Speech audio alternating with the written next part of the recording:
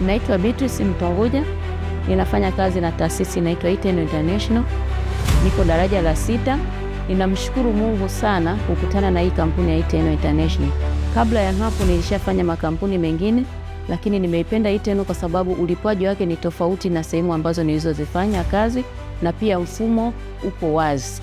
Kwa hiyo ninawakaribisha au ninawasa au ninawakumbusha ambao members au timu yangu kwamba sasa hivi tumeshakuwa ni nusu mwaka.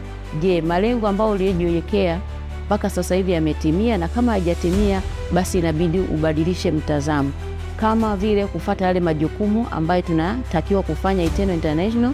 Ukiyafuata yale na pia kujifunza ndipo kutaweza kufanya wewe uweze kujua zaidi, na pia kuwafuata wale waliofanikiwa ili uweze kujua kile kinachoendelea zaidi.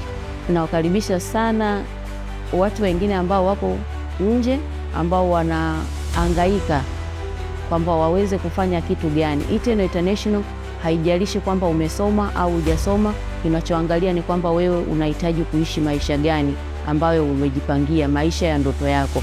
Kwa hiyo nawakaribisha sana, karibuni, asante.